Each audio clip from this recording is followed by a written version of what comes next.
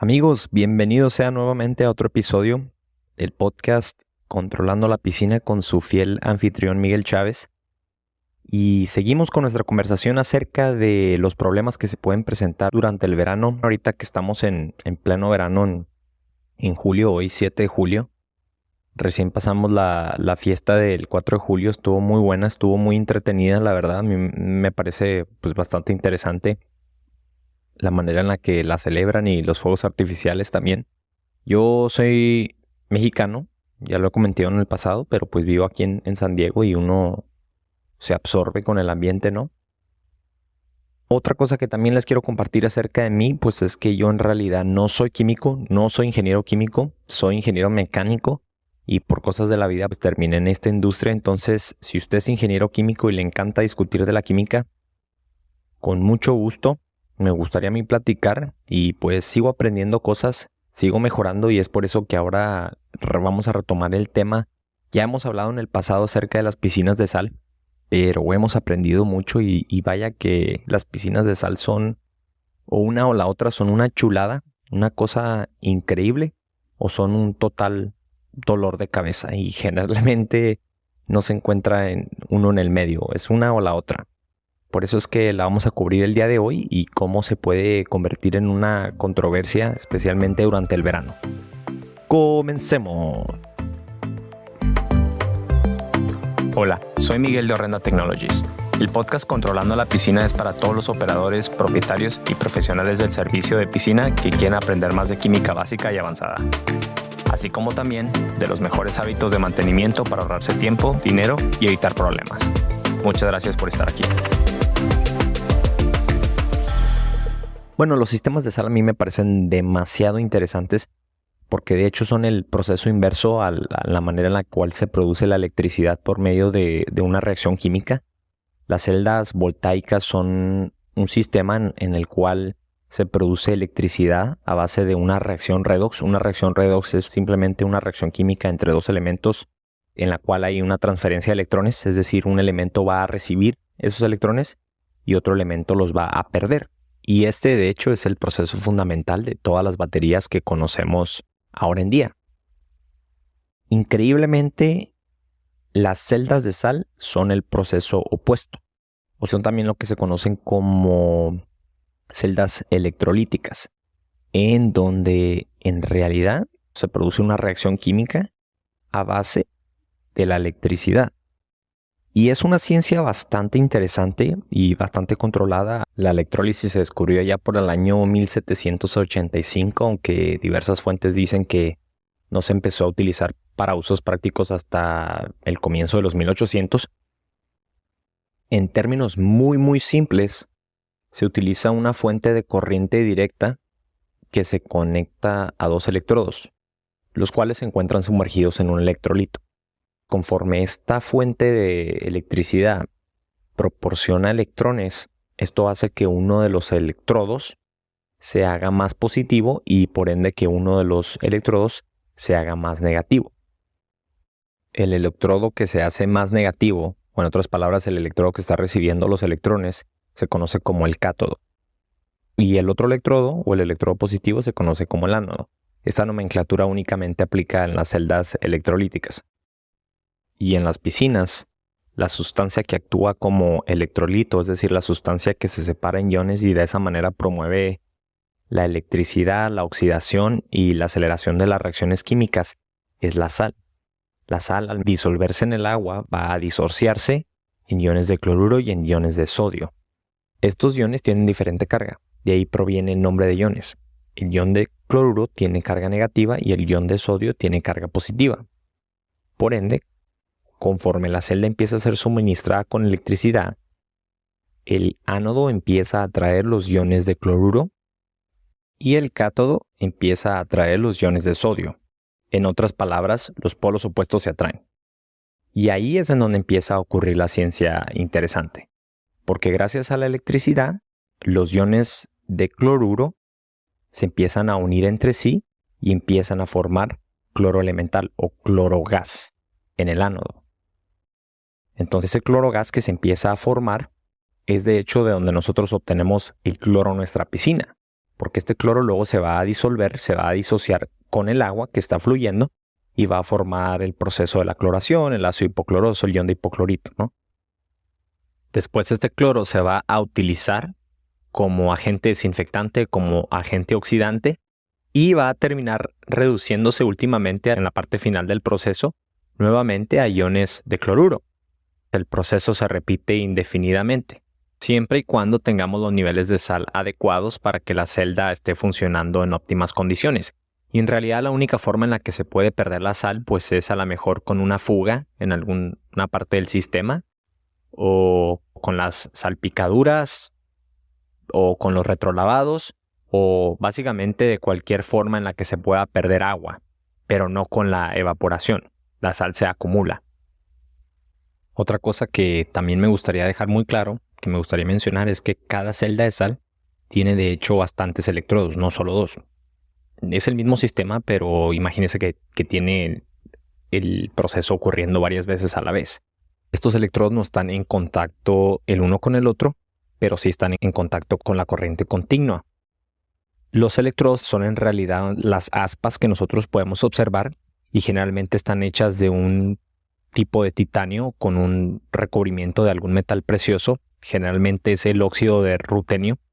Y el óxido de rutenio no es nada más que una capa o un catalizador que hace que el proceso funcione de mejor manera, que se necesite menos electricidad para producir el clorogas. Y pues este es un metal precioso que de hecho ha estado subiendo en precios en los últimos años y no hay muchos proveedores, y en consecuencia el precio de las celdas de sal también ha subido. Y este recubrimiento del óxido de rutenio de este metal precioso de hecho se va desplegando poco a poco, y cuando se ha desplegado por completo es necesario que la celda se reemplace. Es uno de los factores principales que indica la vida útil de esta celda, y los fabricantes pues tienen ciertas especificaciones acerca de cuántas horas o de cuánto uso, cuánto cloro puede producir cierta celda, y cuando se llega a ese punto básicamente hay que reemplazarla. Y hay ciertas cosas que se pueden hacer para maximizar la vida útil y para más que nada hacer que el servicio con una celda de sal sea mucho más sencillo. Y es por eso que vamos a cubrir esos factores o esas cosas que tenemos que tener en cuenta en el episodio de hoy. Pero la otra cosa que es muy interesante también es que en el cátodo o en el otro electrodo, en donde se empieza a acumular el sodio, en donde se empieza a juntar el sodio, no se va a formar sodio como metal, porque es mucho más sencillo para el sistema reducir el agua. En lugar de reducir, es decir, darle los electrones al sodio, le va a dar los electrones, por decirlo así, al agua, y se va a formar hidrógeno gas. Y al mismo tiempo tenemos los iones de sodio que se van a unir a los subproductos restantes, que es el hidróxido, y se va a crear el hidróxido de sodio, que es una sustancia bastante alcalina que tiene un pH bastante alto. El resumen aquí es que la celda de sal, además de producir clorogas, también va a producir hidrógeno gas y también va a producir hidróxido de sodio. Todo esto a altas temperaturas, y gracias a la aireación y a las burbujas y a la producción de estos gases, el sistema va a llegar a su techo del pH más rápidamente. No significa que lo vaya a pasar, porque recordemos que el techo del pH depende de la alcalinidad de carbonato y de la temperatura. Pero por esto mismo, los sistemas de sal, naturalmente, gracias a su funcionamiento, van a tener la tendencia a tener un pH más alto. De entradita, van a tener una ventana de pH que se encuentra un poco más por arriba de una piscina normal. Y bueno, de hecho les cuento todo esto con el fin de reconocer que una piscina de sal es de hecho mucho más demandante o más exigente que una piscina normal. Y ese es el problema con este sistema, que las personas tienen generalmente la idea opuesta. Las personas piensan que al instalar un sistema de sal no tienen que ponerle ningún tipo de atención ni ningún tipo de mantenimiento, cuando en realidad hay ciertas cosas que se tienen que procurar para mantener la vida útil, para asegurarse que está funcionando en óptimas condiciones. Y este tipo de consideraciones se puede dividir en dos categorías. Una de ellas es la química y la otra son los estándares de operación para que la celda de sal funcione adecuadamente. Y vamos a descomponer cada uno de estos aspectos Del lado químico, yo creo el problema principal de todas las celdas de sal, o la queja número 1, es que produce las hojuelas de calcio. Lo que está ocurriendo dentro de la celda es que constantemente, gracias a las burbujas, gracias a la aeración, a la producción de hidróxido de sodio y a las altas temperaturas, se está produciendo una sobresaturación de carbonato de calcio. En otras palabras, se están produciendo pequeñas hojuelas o se está produciendo la acumulación de sarro en las aspas. Y los fabricantes de este tipo de sistemas son muy inteligentes y se dieron cuenta que había un momento en el que se iba a producir demasiado calcio, demasiado sarro y las celdas se iban a tapar. Lo que hicieron es introducir el concepto de revertir la polaridad en las aspas para que de esa manera el electrodo que era el cátodo después se convierte en el ánodo y consecutivamente este proceso se está revirtiendo constantemente. Generalmente es en cuestión de horas, depende de los fabricantes. Me parece que Pentair lo hace para que pueda ser incluso programable. Se conoce como el sistema de autolimpieza. Generalmente se puede programar que ocurra cada 3, cada 4 horas. Pero en sí lo que hace pues es revertir la dirección de la electricidad para que esta acumulación de sarro se desprenda de las aspas y de esa manera termine en el sistema de circulación, que después termina en la piscina a través de las líneas de retorno y se puede observar generalmente en el fondo de la piscina. Cuando el problema es demasiado grave, lo empezamos a observar dentro de la celda y generalmente se necesita hacer una limpieza manual, una limpieza con una solución de ácido muriático. Depende, tienen diferentes procedimientos y diferentes guías que se tienen que hacer al respecto. Pero todo esto se puede evitar o por lo menos mitigar significativamente teniendo en cuenta o siendo conscientes a qué se debe y actuando al respecto, teniendo en cuenta que vamos a tener naturalmente un pH más alto. Los dos problemas aquí son el alto pH y las altas temperaturas.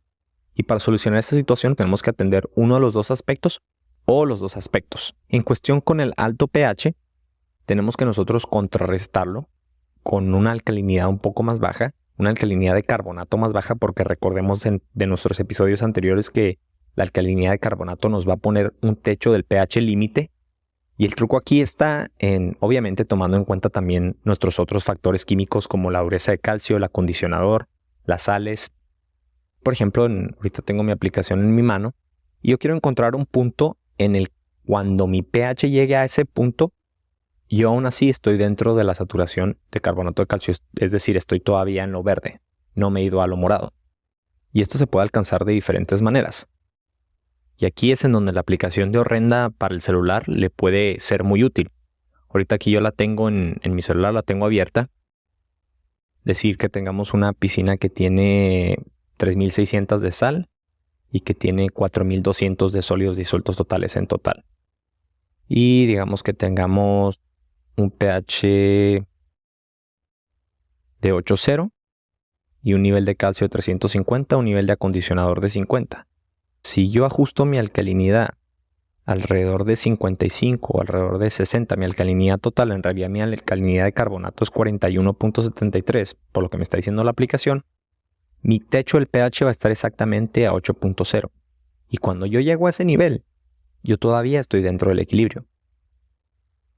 Sin embargo, de lo que sí tiene que estar muy consciente es que ahora hemos desplazado el equilibrio del agua a estar en un pH un poco más elevado, que es en realidad donde el pH quiere estar debido al sistema de sal.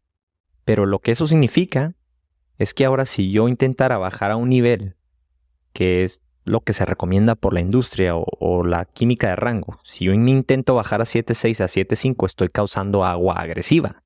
Mi nueva ventana del pH ya no se encuentra dentro de 7.4 y 7.6. Se encuentra dentro de 7.8 y 8.0. Porque he ajustado, he desplazado mi química para lo que favorece mis condiciones. En este caso, mi piscina de sal. Otra cosa que también tenemos que tomar en cuenta en el aspecto químico de las piscinas de sal es que es importante que tengamos un acondicionador a 50 partes por millón, 60 partes por millón, porque recordemos que cloro se está produciendo en forma gas. Entonces es muy fácil que el cloro incluso se salga completamente del panorama y se escape. Es un gas. Lo que hace el acondicionador o estabilizador o el CYA es estabilizar el cloro y, por decirlo así, retenerlo de mejor manera en el agua. Esta estrategia obviamente funciona muy bien en piscinas residenciales, en donde usted tiene la libertad de decidir su propia estrategia química. Lamentablemente, En una piscina comercial, pues estamos sujetos a seguir las regulaciones locales o los estándares de salud. Y generalmente, por lo que yo he visto, los inspectores de salud son muy buenos para fijarse únicamente en el pH, por lo cual lo van a estar presionando a usted de que mantenga su pH dentro de la química de rango, es decir, entre 7.4 y 7.6. Y pues por eso mismo, tal vez instalar un sistema de sal en una piscina comercial o en una piscina pública es mala idea, porque constantemente vamos a tener que estar luchando en bajar ese pH y eso va a consumir grandes cantidades de ácido muriático y pues al mismo tiempo vamos a tener que estar contrarrestando, subiendo la alcalinidad consecuentemente y esto pues lleva a un gran consumo de productos químicos. El otro factor importante también que causa la acumulación de carbonato de calcio o las hojuelas de calcio es la alta temperatura. Y la alta temperatura se puede gestionar con una bomba de velocidad variable, porque recordemos que para que la celda funcione necesitamos una cierta circulación mínima, si no se apaga. Y si nosotros tenemos la flexibilidad de tener una bomba de velocidad variable, podemos configurarla para que cierta parte o en cierto momento la celda se apague, que siga circulando, para que tenga la oportunidad de enfriarse y que no se quede el agua estancada dentro de la celda. Y de esa manera también se reduce la cantidad de carbonato de calcio o de sarro que se puede producir dentro de la celda. Y al mismo tiempo, otra cosa que también es muy importante es no correr la celda al 100%. Las celdas se pueden configurar para que corran al 20, 40, 60, 80 y 100%. En realidad, ninguno de los expertos, ninguno de los fabricantes recomienda que esa celda se esté constantemente corriendo al 100%. Y este es un error. Y ocurre también muchas veces en piscinas comerciales, porque las piscinas comerciales requieren una gran demanda de cloro y esto requeriría que la celda constantemente esté produciendo cloro. De hecho, hoy hablé con una señora que me estaba platicando sus problemas y lo que va a hacer ella, pues lamentablemente es correr la celda al 50-60% y suplementar manualmente con el cloro, lo cual pues de cierta forma elimina el propósito de tener una celda de sal. El objetivo pues es no tener que estar alimentando, pero se puede hacer. En sí, correr la celda al 100% pues va a hacer que el sistema esté, como quien diría, sobresaturado. Va a ser mucho más evidente un pH mucho más alto, una producción de carbonato de calcio. La celda va a estar más caliente. El óxido de rutenio también se va a ir desvaneciendo, se va a ir descomponiendo más rápidamente. Es decir, estamos acortando la vida útil de esa celda, la estamos haciendo que trabaje al 100%. Digamos, una celda de sal es como un caballo y queremos recorrer kilómetros y kilómetros o millas y millas de distancia y el caballo no va a llegar muy lejos si estamos galopando a toda velocidad. Va probablemente llegar mucho más lejos si nos vamos como trotando. Ahora, cambiando de enfoque un poquito ahora a una piscina residencial. Si usted tiene una piscina residencial de 60,000 galones, no es congruente que se compre una celda de sal para una piscina de 60,000 galones. Generalmente la recomendación es que se compre una celda de sal que tenga la capacidad mínimo del doble del tamaño de su piscina. Es decir, si tiene una piscina de 30,000 galones, a lo mejor la celda de sal de 60,000 galones le queda más que bien, más que perfecto. Cuando se llega el momento en el que la celda está funcionando al 100% y no da abasto constantemente, ¿qué se tiene que hacer?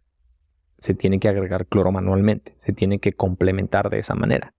De hecho, no están diseñadas para funcionar al 100% todo el tiempo. Porque recordemos que las celdas funcionan en intervalos de tiempo, cambia de fabricante a fabricante. Generalmente, cuando nosotros ponemos una celda a correr al 50%, va a correr 30 minutos y luego se va a apagar por 30 minutos, es decir, el intervalo de tiempo aquí es 1 hora. Y cuando la corremos al 100%, pues va a estar corriendo casi 59 minutos. A lo mejor se va a apagar 1 minuto para poderse recuperar, para tener un descansito, pero en realidad no es lo ideal. Y también relacionado con los estándares de operación para un sistema de sal está obviamente el nivel de sal. Si tenemos menos de 2.700 partes por millón de salinidad en el agua, la celda va a estar batallando, va a estar trabajando extra para poder producir cloro. Y al mismo tiempo, si nosotros tenemos demasiada sal, generalmente si tenemos más de 4.500 partes por millón de sal en el agua, el proceso químico en cómo se desarrolla va a ser afectado. Entonces ni poquito ni mucho, hay que estar justo en el medio, entre 3.200 y 3.600 partes por millón de sal es lo que recomiendan la mayoría de los fabricantes. Y luego está también la temperatura, que también es un factor vital, crítico para que la celda funcione de manera adecuada. Si usted vive en un clima frío en donde la temperatura baja por abajo de 55 grados Fahrenheit o 11 grados centígrados, la celda no va a funcionar. Y esta es la temperatura mínima. La regla general con cualquier proceso químico es entre más alta sea la temperatura, más eficaz va a ser la reacción química. Entonces, entre más caliente esté el agua, mejor va a funcionar la celda. Y yo sé que tal vez todo esto puede parecer agotador, pero en realidad no es tan difícil, es simplemente desarrollar la conciencia y saber cómo es que funcionan estos sistemas, aceptar el hecho de que se va a tener que mantener un pH un poco más alto y contrarrestar con la alcalinidad total en consecuencia, y al mismo tiempo apegarse fuertemente a las recomendaciones de los fabricantes, a los estándares de operación que son recomendados en cuanto a los niveles de temperatura y, mucho más importante, los niveles de sal. Y verá que las cosas se hacen mucho más fácil y el sistema es una chulada una vez que ya se tiene bien establecido y que se entiende y que se hacen las cosas a su favor. Mi nombre es Miguel Chávez. Espero que este episodio le haya servido fuertemente en aprender cómo funciona su sistema de sal, en entenderlo al 100%. Si le quedaron dudas, no duden en contactarnos. Nos puede mandar un correo electrónico directamente a ayuda@rendatech.com. Puede leer nuestros artículos en línea, puede ver nuestros videos. Escuchar este podcast también le puede servir demasiado. Ya sabe lo que necesite, estamos aquí para ayudarle. Muchas gracias. Nos vemos en el próximo episodio para seguir hablando de más polémicas y más asuntos relacionados con la química de piscinas y el mantenimiento específicamente en el verano. Hasta luego. Gracias por escuchar otro episodio más del podcast Controlando la Piscina. No se olvide de compartir, suscribirse o calificar este podcast o episodio. Visítenos en horrendatech.com para más información.